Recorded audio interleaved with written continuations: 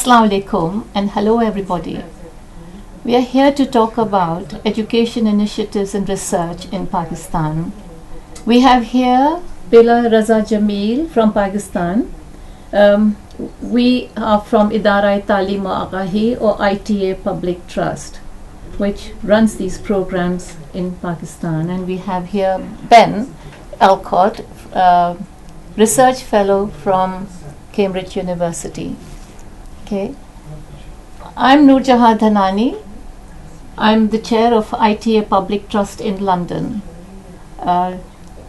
working in education and running programs together with Pakistan and Pakistani ITA Public Trust UK. Yes, so I'm a researcher currently working at the University of Cambridge, working with alongside Pauline Rose on a number of research initiatives on educational access and quality in many countries.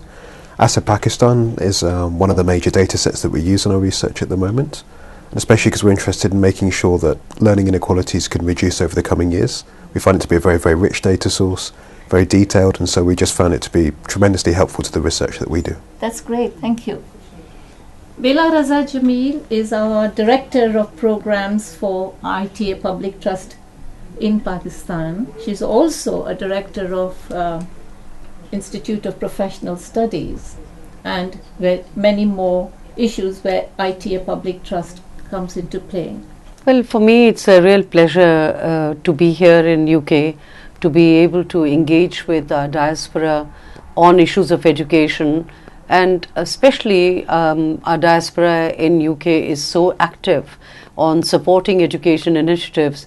I think it's a wonderful opportunity to be able to speak about what citizens in Pakistan are doing so actively in taking forward evidence-based education for action, for change. And I think this is a great opportunity for me to be able to speak to them and to share some of this data set so that they can make it their own. And the challenge for us is the more this data is used, the more viral it gets. We feel that that's how action for education will take place, both here and of course especially in Pakistan. Oh, wonderful. Now you're here to talk a little bit more about one of the programs you have been running every year, and you actually launched the report every January almost from 2008, and this year you launched one at 2014. Yes, and you must have seen a lot of changes from the time you started at many years ago and what you are finding out now. Yes and no, and that's why I think it's important to see the data, that whilst on the one hand you see a huge amount of support for this kind of work and almost like a social movement that's building for citizens-based accountability, especially for learning. On the other hand, the sadness is that this year is the first year that we've seen actually drop in learning levels. So the question again that comes to us is, are our children in school only, or are they also learning? And that, I think, is really the crux of the issue. Whilst there is a huge demand for this data, we would like to see far more action for addressing the challenges that emerge. And some of that will be clear when I share some key highlights from ASA 2014 with the audience and with all of you to see how we build this data set up, how we mobilize it, and then how do we disseminate it at multiple levels, not just at fancy federal levels, but also at the district level and down to the village and household level. And that's the power of this kind of data. And then, of course, equally to academia, as Ben just said, that Cambridge University is using this data very actively for its research, not only for the purpose of academics, but also to influence policy, especially in 2015 as we're coming to the end of the MDGs, and it's going to be also influencing what happens in the post-2015 scenario. This year's report is from January 2014, and the research and data you've collected was from 2013. Yeah. No, in fact, this year's launch, which was on the national launch was on the 8th of January at the Planning Commission of Pakistan, and that's where it always takes place amidst all the pomp and glory of the parliamentarians and the ministers and civil society and diplomats and everyone. That was of 2014. Hopefully, this year is going to be special. We will be doing 2015 in an accelerated manner, although each time this report takes just under 16 weeks from the survey to the production to the launch. Yeah. This year, we want to do it a bit early and have the launch of 2015 within 2015, say about the 17th or 18th of December. The date is more or less Sounds decided, very good, yeah. so that when we come to the end of MDGs, we have said what had to be said about the trends up to 2015. I'm so excited. Shall we sort of go into what you Sure. have to share with us and share Sure. with everybody? Sure. Yeah, let's go. Thank you so much. So what I wanted to share with you, with everyone here, was that how citizens are reshaping education through this amazing household-based survey, and it is essentially called the Learning Accountability Initiative in Pakistan, where we are looking at evidence from Pakistan, but also as an incredible South-South initiative, also evidence from other parts of East and West Africa, Mexico, and now we will have Nigeria and of course India. India is the one who actually started this intervention.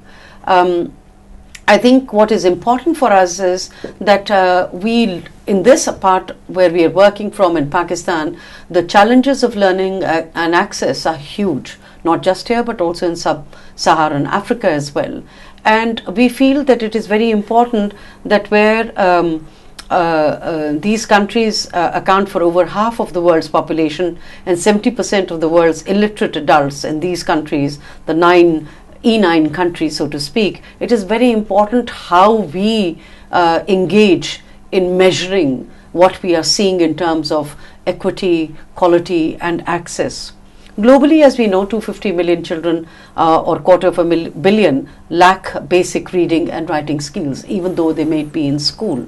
So with MDGs where they are and where they stand, we know our challenges are huge, that it's not only just 57 million children who are out of school, but also, as I said, 250 million of those of children who are in school are not learning, and many of them are girls.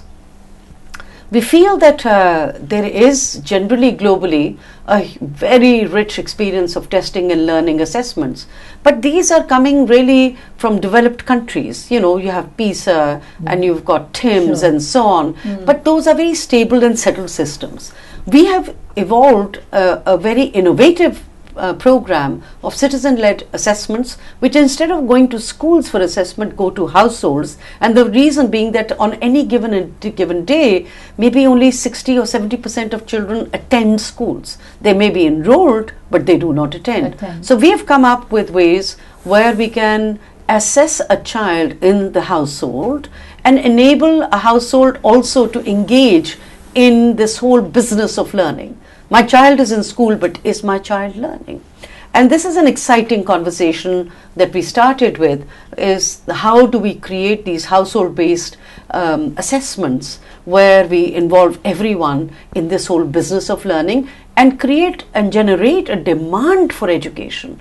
Because without a demand for education, this is a conversation with citizens and parents and grandparents and siblings. Because if the people and society is not involved in education and the learning of the children, why should state only be responsible? But Bela, do you remember what you are saying is so true? Because when we were in the villages and parents were paying 100 rupees per child to send to a private school because we are not actually giving them the education we should be.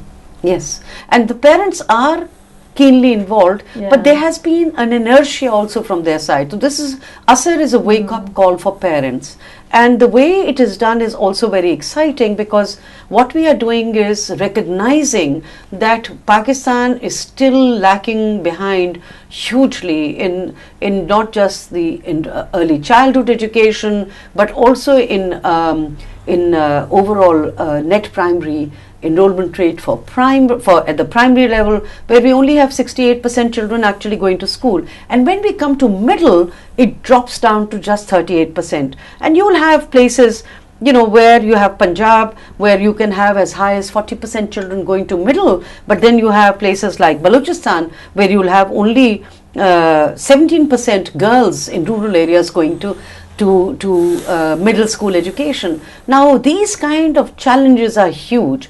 And looking at these kind of work, what we do from our ASAR work is that we have been using not just collecting data, but also trying to look at the intersection of learning and inequalities, and trying to show how the poorest girls, what is their chance of being in school versus the richest boys and girls who may be in schools.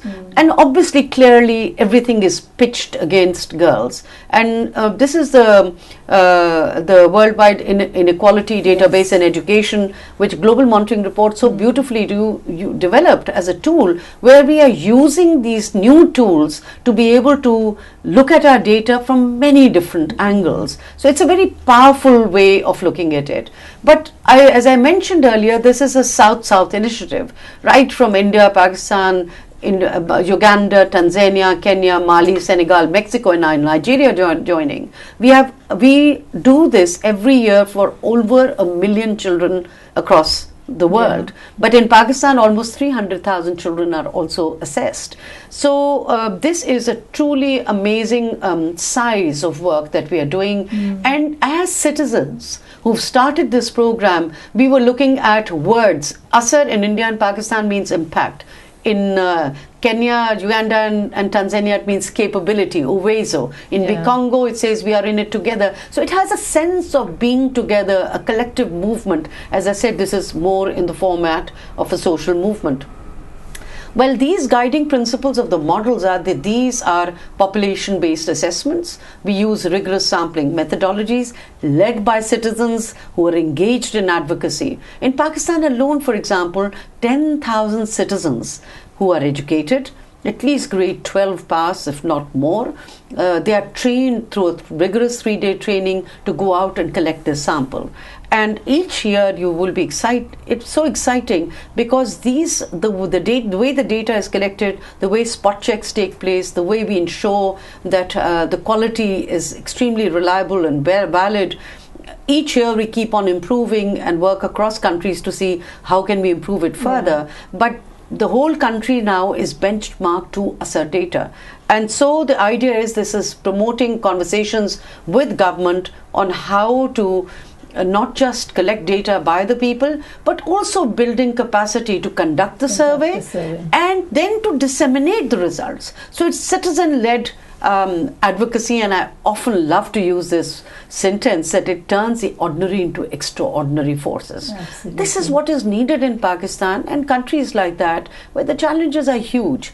And you need to have indigenous solutions to your problems that have become very complex over the years. So this is very active research and advocacy that we have, and the idea is that you collect the evidence, you put out the results as virally as possible, and then you actually go and engage with active advocacy on the ground, with the parents, in the communities, with the parliamentarians to be able to affect change. Not only are we affecting change within the country, but also beyond Pakistan. So are in education ministry and those involved at the government level really interested in what you're doing and getting help from you or asking you to come into it? Well, now yes, in terms of generating demands from below, but also generating another kind of demand from parliamentarians and politicians, bureaucrats, even now judges who are giving statements, because we are working in a very interesting period. ASAR started in 2008. In 2010, we had the 18th Amendment, and with the 18th Amendment came the amazing gift of the Fundamental Right for Education, Article 25A, which means that all children 5 to 16 have to be in school provided by the state as state's obligation. Now, luckily, ASAR is mapped exactly to that age group. So there is a great demand for Asar data, and they would like to have more and more the decision makers Asar data to be able to put in their speeches, to give in their judgments, to be able to look at that in the debates that take place in the assembly, but also in the sector plans by the provinces. That's on the one hand. But on the other hand, we are making parents to understand and communities to understand what they can do actively inside the villages, in the schools, to be able to play their role on ensuring that there's accountability and transparency when it comes to the provision and the quality of services of education. Before you carry on, I'd like to bring Ben into it, because he has been also very interested in this program and taken it to the university and working on it. Because what I would like to do after this is invite Sanya from Kismet to carry on with you Sure. and talk to you, so that we are constrained time. Ben, how does it impact with your work, and how do you feel so involved that you are excited by this program? Well, I think from the researcher's perspective, what's especially exciting is just how rich the information is. It's not just the fantastic spread across the country, but also the information we can get about children's backgrounds. For example, the way that ASA takes measures of household belongings gives us a very powerful measure of socioeconomic wealth for the families, and also the fact that ASA Pakistan goes into the schools and surveys many schools and gets us information on that. So I think that makes it very powerful for us. In our research at the moment, we're very much focused on making sure that when we think about learning and improvements in learning, keeping an eye to inequalities and making sure that we can reduce those inequalities. And because we have this detailed information, we can really look into that. So, for example, with ASA Pakistan, we're able to look at, for example, the gender divide, and we can with such broad data, we can see that it's very much a problem for the poorest girls, and that it's very much a problem for many of those girls who never get into school. Those that are getting into school are learning at almost similar rates to boys who are in school. But there is very much a gender divide, and because ASA Pakistan is so broad, we can really learn about the nature of this problem. The data you see we give is actually district by district. Yeah. So even politicians now are using this data to see where is the lowest hanging fruit, where will it matter most, where do they need to put their resources, So I think just the fact that ASR is so nuanced, it's looking at 3 to 16, it is measuring learning levels of 5 to 16, it is looking at public and private schools, it's looking at household level information on children's profile, on parents' profile, and the tests are simple. These are grade 2 level competency tests for Urdu, Pashto, Sindhi, English and maths. And then we do go and look at the school in that village or that local or urban block to see a public and a private school, to give us a kind of a well-rounded, triangulated picture of, what is it that we found about a child, and and then of course, how do we give feedback on this. So we're looking at really, as I said, holistically at access, gender comparisons, early childhood education, learning levels, the public-private gap, the inequality as Ben was just talking about. So it's extremely powerful. So if you look at the ASA 2014 findings, you still have 21% children 6 to 16 who are out of school. And I think that's a very big challenge still for Pakistan. We also see in terms of gender gaps, however, we're seeing actually the gap is narrowing somewhat. So that's a bit of a good news, but still the gap exists and persists. When we look at early childhood, we see still 61% children who are out of school, and we know now that children who are that brain development takes place furiously when children are up to 8 years of age. Pakistan needs to invest in the very young for strong foundations. Sadly, our pyramid is totally is upside down. We invest least at that level, and then perhaps our per student cost goes highest, of course, at tertiary level. But we need to focus much more on this, as much as possible. We are seeing also that when we look at the foundational skills, we're looking at less than 50% children who can do in grade 5, who are doing grade 2 level competencies in Urdu, Sindhi and Pashto, or English or arithmetic. Now these are fundamental challenges of numeracy and literacy, which I think needs like an emergency action. I think people like Kismet and even some of the people like Cambridge who are doing some policy level inputs to DFID or or Pakistani policy makers, and generally in South Asia, that comes in extremely handy. And we see that public schools are continuing to lag behind private schools, and these are quite considerable still, even if we hold for differences in the parental education and the learning and also income levels of households. The differences are quite significant. We are also seeing, sadly, that the difference between the richest boys and girls versus the poorest girls is huge. So if the richest girls are at 83% and boys at 87%, the poorest girls are at 46%. Wow. So this is these kind of challenges are tremendous. But this year we also did some innovations, and I think that's what is so special about ASR. And each country does its own innovations. We thought, we were challenged last year by our PMLN representative SN Iqbal, why don't you map ASR to our political constituencies? So we said, why not? And we took that challenge and we went to 4 different political parties: Pakistan Muslim League N, PTI, PK MAP in Balochistan, and Jamaat-e-Islami in Khyber Pakhtunkhwa. And what we found out is very exciting indeed. Barring one, whilst we're like in Quetta and for Karachi, for PTI, where we saw very high levels of enrollment, we again saw the challenges of public sector learning level challenges as huge. For Lower Dir, where Jamaat-e-Islami is, we saw both the access and the learning to be a huge challenge. Since then, we've had meetings with the political parties on what can be done and how. And you know, in PTI and for example, in Karachi, in one particular constituency, we did 17 constituencies altogether with the Electoral Commission of Pakistan. So it's been fascinating doing ASR map to political constituencies, developing this whole notion of political economy of learning. And what has happened with the PTI team in Karachi so far in the actions that they brought on all the workers to say, what can we do?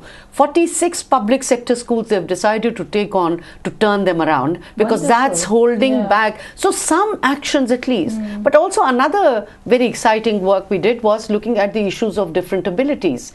And we had Nidhi Singhal, Pauline Rose, and these people who worked on it. And although we did it only in very small rural and urban areas, as a pilot in 9 areas. And what we've found by and large is anywhere from 5 to 8% to 10% challenges of abilities because of children being challenged. And in our Right to Education campaign in 25A, everywhere the act for 25A for each province says that they will address children who have got special needs. They're still called special needs. Now, but this year what we've seen is that we can actually begin to, we found that this tool was very useful. Pauline Rose is our senior advisor for ASR, as is Dr. Munazza Aslam, who's at Oxford. And with these teams, what we are wanting to do this year is do the functionings and abilities, a survey for all households in Pakistan. This will be the first time that Pakistan will actually get to see where our challenges of different abilities are. And that will get government into action. But you know, I wanted to say on a very happy note that this whole business of citizens engaged research and advocacy, it produces many materials. These materials are available to politicians, to citizens alike, whether it's posters or whether it's policy briefs or whether it is report cards, and I've brought some of those packs for people to look at.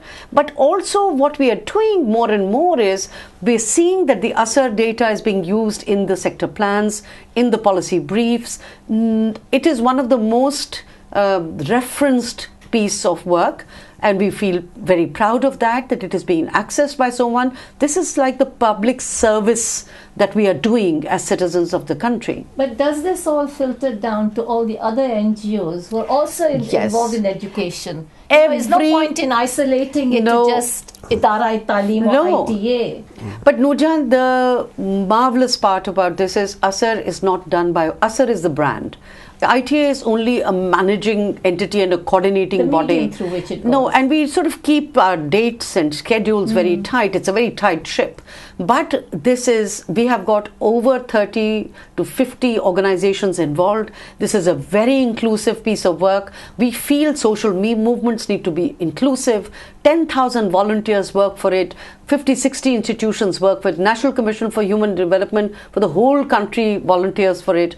We feel very proud. Even Pakistan is now, Bangladesh is now working for this. So it's wonderful to see, and we encourage. And now, in fact, even job descriptions and for advertisements for monitoring and evaluation and research, people say if you've done ASR, it's a bonus. So no, many organizations are using it. Globally, we're being used. And ASR-like work, which is being done in 9 countries, has influenced the post-2015 goals. I just wanted to end, in terms of our impact, that we have these data linkages, people can use it. This can be available to anyone at any time, from queries to anything, and universities use it. But also it is informing 3 other campaigns. This is a big campaign called Citizens Movement for Quality Education. So whilst we are pushing for right to education and up for school signatures, for 3 million from Pakistan this year, in collaboration with A World at School, which is Sarah Brown's initiative here, and also youth ambassadors. We're also doing the Chalo Padho Padho, or the Learning for Access Accelerated Learning Initiative, as well as the Children's Literature Festivals, which are becoming viral in Pakistan. And again, each one of this is such that is being seen as everybody's work. This is a bandwagon that people can jump onto. I mean, I would love to see the organizations here, the diaspora, which are working in Pakistan and here to support efforts in Pakistan. ASR really helps these organizations to sharpen their campaigns, use this data for whatever, and it is not something that excludes. It will include more and more. And we would love to see people who are interested in Pakistan take this forward. We have been very fortunate that in this entire Right to Education campaign, whether it is our challenges and the work we are doing on just mobilizing education, 500 education youth ambassadors, or creating the first child marriage free zones in Pakistan. As you know, 40% of girls under 18 get married before 18, and laws are being done as a result of this work. So it is informing many actions for education, not just for learning, but also for advocacy, and we'll see more and more of it. We would love to see, as I said, the Children's Literature Festival and the Teachers Literature Festival, which we are now doing. So it is also, there's a serious aspect to it. We are developing alternate content for children's textbooks, for teachers, education and professional development as well. And many people. I just want to thank really the citizens of the country, the civil society of the country, even the government and the parliamentarians who have joined hands with us. And I must thank the Department for International Development, which is one of our key supporters of ASR, as is the Open Society Foundation, for bringing us this far. And now, of course, the collaboration of Cambridge University is extremely useful indeed. So now we have to make an effort to get the diaspora in England, United Kingdom, to get involved. Please, and do let them know how to use this data. It is so people-friendly. And if there's any problem, they should just immediately call us. This is a public service.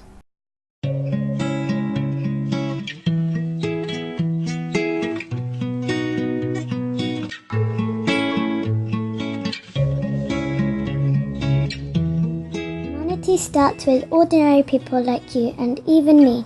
Humanity turns ordinary people into heroes.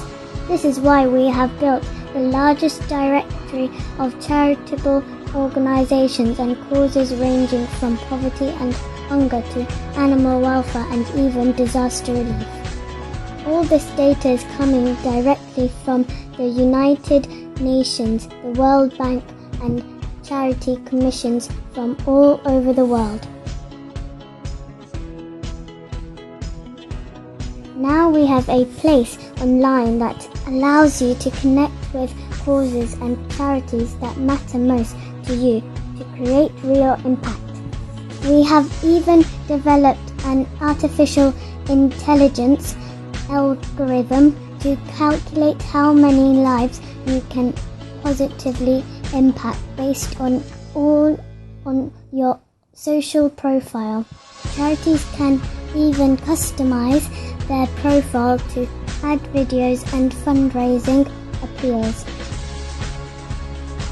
If Facebook is for your friends and LinkedIn is for your associates, Humanity is for the people that need you most. Hello, Sonia. Thanks for joining us. Thank you. Now, Sonia, you are from Kismet Foundation. That's right. Yeah? So we are going to pull you in.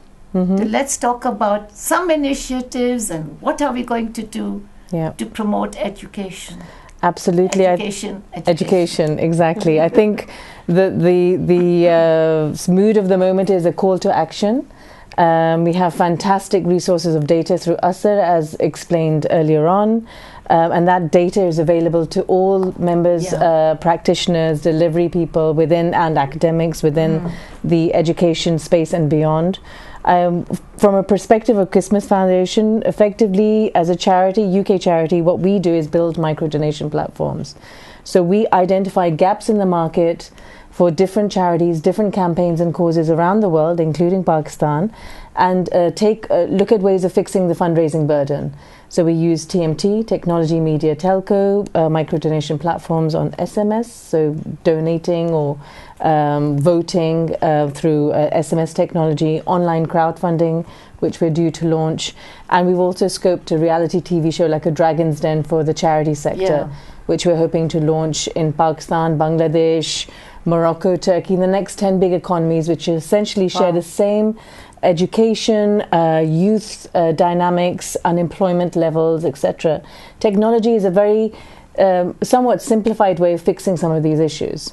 So my point in coming today and discussing with you is how can we call the diaspora to action and say, one of the essential parts of educating a populace like Pakistan, 190 million people, many of whom are well under the poverty level, who don't have access to education, even in formal or non-formal terms. How can we invest in that space where the government of Pakistan has unfortunately failed? The diaspora community around the world of Pakistan origin is affluent, is willing to give, is very dedicated and very committed to seeing Pakistan being in a better place. To get Pakistan over here, we need to educate our masses.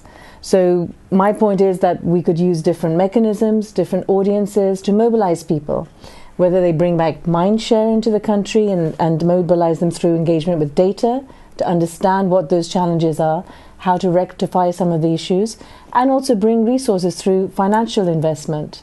As practitioners, you're involved with infrastructure, you're involved with recycling government schools, you're involved with curricula. Each and every stage has a price tag. And we cannot ignore that. And as a charity, what we aim to do more and more using technology is enable and capacity build charities, because they don't necessarily have a business acumen to run what they do, whereas we have access to the tools to enable them. So we want that trajectory to be moving forward. We want practitioners, educationists to be able to move forward. If there is a stumbling block, we can help identify what would help fix that. So hopefully you'll bring in solutions also. Absolutely. It's solution-based focus, it's efficiency, scalability, sustainability. Wonderful. Sustainability is the mantra. Sounds good. You have, and what we want to do is also, at the end of the day, have a point in time where Pakistan can turn around and say, we do not want DFID money, because we can sustain our own internally and with our diaspora community. And we should be able to. And we should actually, Noor, we can. The point is we can. There is a will, there is money. It is about connecting the dots. It is quite simply about connecting the dots. In the post-2015 scenario, more and more people, there's a whole trend, there's a whole conversation, just as there's a conversation on data revolution, of which USR is an important part, there's a conversation on creating innovative sources of financing for education and other needs, and perhaps also even enhancing the domestic sources of financing. Absolutely. And I think that's how development should be, human development should be, with dignity, and certainly being able to look at those sources of financing that we've never thought about, Yes. which I think your Kismet is doing so Absolutely. amazingly. And part of the DFID post-2015 Sustainable Development Goals are about technology transfer, are about knowledge share, Absolutely. knowledge transfer. And we all know that Pakistan's been victim of a huge brain drain over the decades. Yeah. So what we're saying is, rather than bring people back, stay where you are in your diasporas, but be active problem solvers. This is a vested interest for us all. Yeah, but we need to develop trust from the diaspora into from what we are doing, because how many people approach and say, we would love to get involved, we would love to give money, but can we trust? Well, data is a fantastic opportunity to build that trust, because even for instance, large donor agencies struggle with data in Pakistan. Yeah. They struggle. And if we are able to pitch to outside communities, say, look, this is the data, this is the evidence showing that we can predict projections, we can say we can get X number of thousand children into schools today, this will have this impact, this is where the weak spots are, whether it's Sindh or Balochistan or KPK, you could start to track. Yeah. That is a very powerful message. And may I offer to Kismet Foundation also the possibility of actually, for the diaspora, whichever district they belong to, if they want to focus on that district, ASA provides that data Absolutely. as well. So right down to, tehsil and ward Yes. level, as you call it here. People, especially in the UK, are from the very villages that often practitioners are delivering education in. And many of them don't know it. Yeah. So if you were to relay that information, absolutely, the very villages that they started their journeys from, I think it's a very powerful relationship and a powerful investment channel back to those areas. May I request, if it's possible, for Kismet Foundation to host the ASER link on your website. Absolutely. So it's www.aserpakistan.org and also www.rte.right2education.pakistan.org. It provides you, absolutely viral information that you can use. And if you have those links, people can just automatically look it up. And we don't have any rights. We would love for people to use it. And the more it's used, the better it gets. Absolutely. And so that's my next task. Send you all these links. Absolutely. And just to give you a bit of sort of technical background, you probably heard of algorithms. So now a lot of global websites have algorithms built in. So Wonderful. Which are preemptive links. So if you put your profile on, say, Facebook or LinkedIn, then they start to match you with various initiatives or organizations or individuals. We're planning to do the same with Humanity, which is our crowdfunding portal. So what we effectively can do is push ASER in there. You have already verifiable data. So as people log on with their profiles, those interested in education, immediately their projects will start to pop up. So algorithms are absolutely reliant on data, on clean, effective data. So the more data you're building and processing and collating, it's an essential tool in this day and age, and it will only be more necessary going forward. Everything's part of a virtual world, whether we like it or not. People's way of giving, people's way of researching charities and philanthropy, how they give, why they give, is all going online. Wonderful. And that online environment needs to have that data.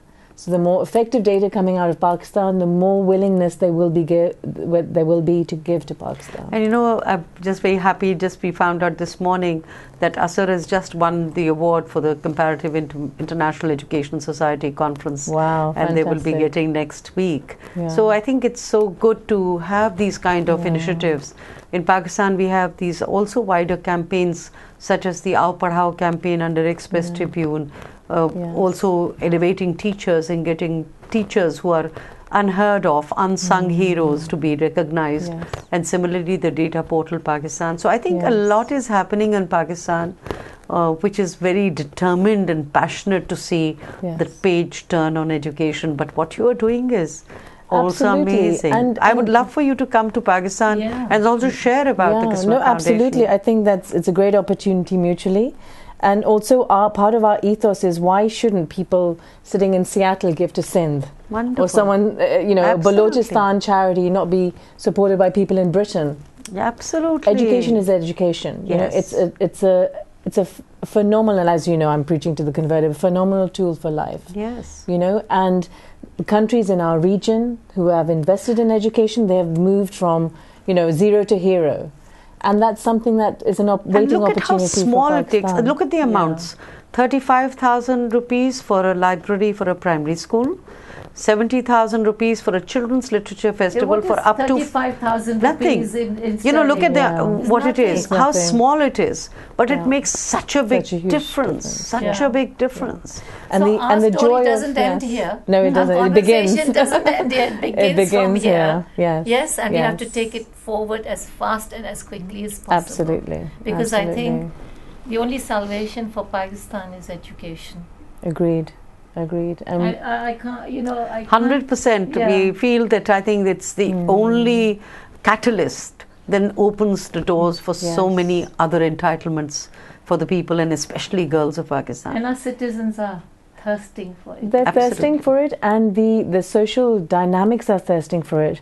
The sort of rampant radicalization, the gender violence, at so many levels, education is a huge enabler to take us out of that rut, and I mentioned the region because Sri Lanka has the highest GDIs and HDIs now, gender development indicators, and they were in civil war for 25 years.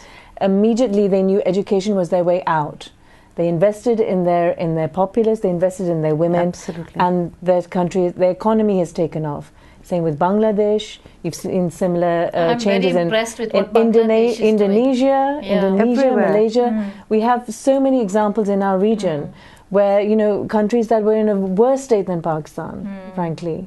So I'm never giving up on the point that there is going to be a point where we're going to turn that corner. Pakistan is predicted as part of the next N11. You have BRIC nations, you have mint nations, as World Bank terms it, or the sort of Goldman Sachs of the world, and you have the N11. And Pakistan is one of the N11. So keeping that goal in sight, 190 million people, it's a challenge for, I think, all of us to take on. All of us. And I think, have a last word from you, Bela, well, this is the International Women's Day celebrations are on. It has been an incredible, I just left Pakistan day before yesterday, was speaking in different places, but I remember I saw the carpenters, the women carpenters of Hunza and Chitral, and I was so impressed that how these young girls who've completed grade 10 are able to now look at an entirely new enterprise with completely new eyes. And I think, when you look at the women kabaddi team, the women's cricket team, the hockey team, we forget, how many places women are working in. And we need to mobilize these frontline, entrepreneurs to be able to multiply themselves. And I think women in Pakistan are speaking, whether it's about celebrating what they've been able to achieve or challenging the crisis of conflict and post-conflict situations. I saw mothers from the Army Public School just 2 days ago who were so resolved to commit to education rather than feel that they have to take 10 steps back. They want to take 10 steps forward. I think that's what the story of Pakistan is, Noor Jehan, in terms of and how women are really running and that's very poignant because in many respects I think the Peshawar tragedy in December last year is a turning point, and I won't say was, I think it is, and it will continue to be, because those very mothers who've given the ultimate sacrifice to our country have been so forthright in saying we have to stop this. This has to stop. We have to grow as a nation, we have to be strong as a community, and education has to remain as part of that conversation. And schools must remain open. Absolutely. And as a mother, I mean, it's beyond belief the grief they must be carrying, but look at the strength. So I think that's a huge example to the rest of the nation and certainly the government. And the women are going to do it. If you look at the history of Europe, Ireland, anywhere, the women came forward Yes. and things They will started be the moving. Trojan Yes. horses. Yes, They are. They are Well, indeed. thank you very much. Thank you. Thank That you. was great. Thank you wasn't it? very And, much. And we Yeah. have to now motivate ourselves. Exactly. This is our call to action. Yes, Exactly. call to action. Yeah. Thank you so Thank much you. for having us. Thank you, Nurjan and Bella. Thank you. Thank you. Thank you.